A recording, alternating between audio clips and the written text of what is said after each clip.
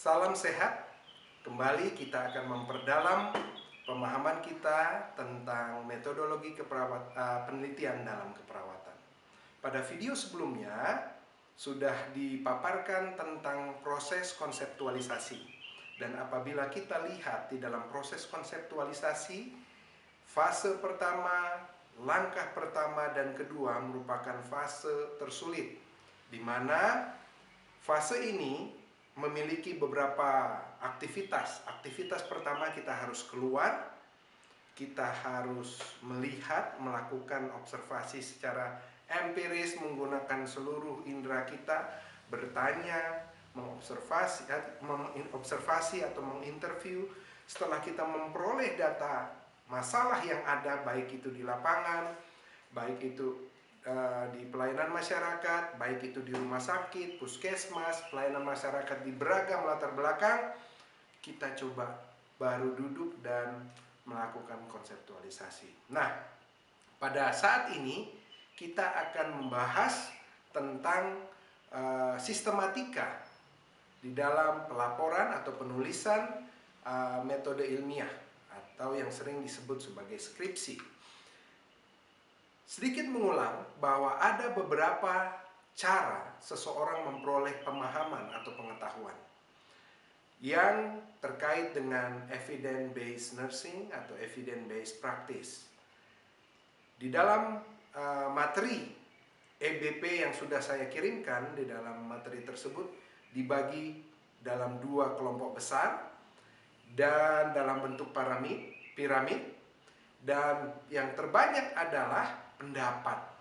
Bisa kita peroleh yang bagian pertama adalah non-research evidence dan research evidence. Baik, secara tradisional kita dapat memiliki pemahaman melalui informasi yang diberikan oleh orang tua, melalui pergaulan, bertanya, ya, berdiskusi dengan sesama. Kemudian yang kedua, kita boleh mendapat dari otoritas ilmu tertentu, dari otoritas badan tertentu yang sudah memahami seluk-beluk dari masalah maupun suatu situasi. Kemudian yang berikutnya adalah melalui pengalaman pribadi, melalui uji coba, kegagalan, trials and errors yang kita bisa lakukan secara pribadi. Banyak dihidupkan oleh banyak saintis sebelumnya, seperti Thomas Alva Edison, Alexander Graham Bell, dan yang lainnya. Baik, yang berikut adalah logical reasoning. Ini adalah cara mengetahui yang diperoleh, yang tercatat, ya, diutarakan atau dihidupkan oleh para filsuf-filsuf.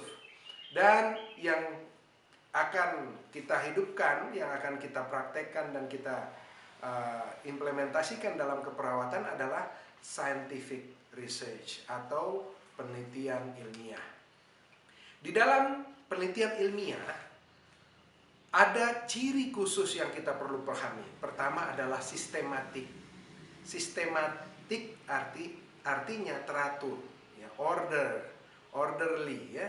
Dan kemudian selain sistematik, yang perlu dipahami ciri-cirinya adalah memiliki kontrol. Kenapa kontrol perlu diperhatikan? Karena perhatikan, apabila kita berbicara tentang makhluk hidup, kita memiliki keunikan satu sama lain. Maka itu manusia adalah unik, dan apabila kita coba melakukan penelitian kepada sekelompok subjek atau manusia dengan beragam latar belakang, pengalaman, heterogenitasnya masih cukup besar. Untuk memastikan bahwa independent variable atau intervensi betul-betul memiliki pengaruh terhadap dependent variable yang harus kita ukur, homogenitas perlu kita perhatikan. Kita kontrol bahwa semata-mata akibat adalah karena ada sebab yang sudah kita berikan, ya, atau intervensi. Yang berikutnya adalah empirism. Artinya segala sesuatu lingkungan yang dalam kehidupan manusia Yang dapat kita ukur, yang dapat kita teliti, sifatnya segala sesuatu yang dapat dirasakan oleh indera kita. Dan yang terakhir adalah generalization, atau sering di dalam statistik istilahnya adalah inferensial. Karena kenapa? Sering kita terburu-buru melakukan generalisasi, menyatakan bahwa ini terjadi pada populasi yang besar, padahal itu hanya terjadi pada sekelumit atau sekelompok kecil subjek atau manusia, atau bahkan pada individu tertentu. Dan untuk proses generalisasi membutuhkan asumsi-asumsi dasar yang perlu. Di antaranya adalah sampelnya merupakan representatif dari populasi yang dipilih kedua secara random, kemudian datanya dalam bentuk continuous 0 sampai seterusnya, atau interval juga zero arbitrary. Dan yang berikutnya adalah data continuous tadi apabila diukur normalitasnya dalam normal distribusi.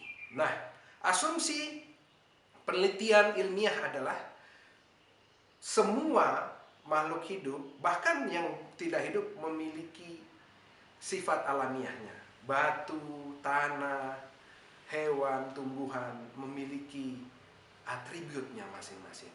Dan itulah kenyataan.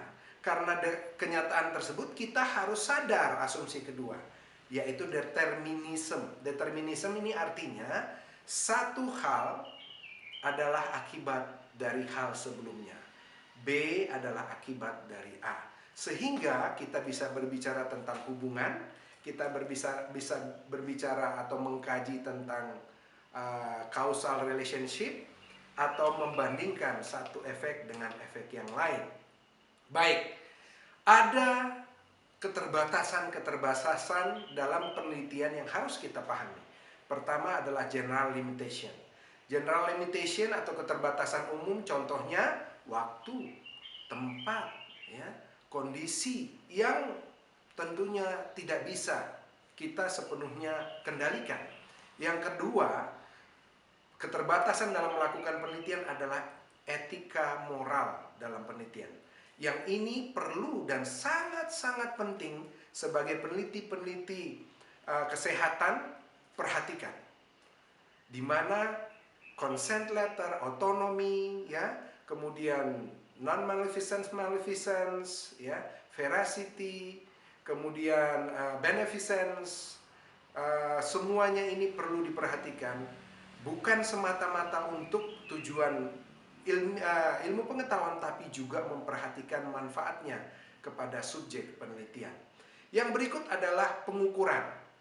Pengukuran itu sangat sulit. Terkadang kita ingin mengukur sesuatu hal, aspek atau fenomena dalam kehidupan manusia, namun kita belum memiliki alat ukur. Ya, perlu membangun alat ukur baru yang valid dan memiliki reliabilitas. Itu kita sudah bahas, dan kita akan bahas lebih lanjut dalam validitas dan reliabilitas sebuah alat penelitian. Yang lain adalah kompleksitas manusia. Manusia sangat kompleks, tidak ada yang sama, bahkan kembar satu telur sendiri pun memiliki perbedaan. Untuk itu kompleksitas ini paling tidak dapat dilihat sehingga tidak mengganggu dan menjadi bias dalam sebuah penelitian. Yang lain adalah progres di dalam menyampaikan masalah-masalah tersebut. Kita perlu perhatikan perkembangan masalah-masalah tersebut, karena dari hari ke hari yang paling konstan dalam kehidupan manusia adalah perubahan. Dan yang terakhir adalah mengontrol masalah. Mengontrol masalah tidak semudah kita pikirkan. Membutuhkan perhatian yang besar, membutuhkan keterlibatan dari banyak pihak, ya. Nah, untuk itu sekarang kita masuk kepada sistematika penulisan laporan ilmiah.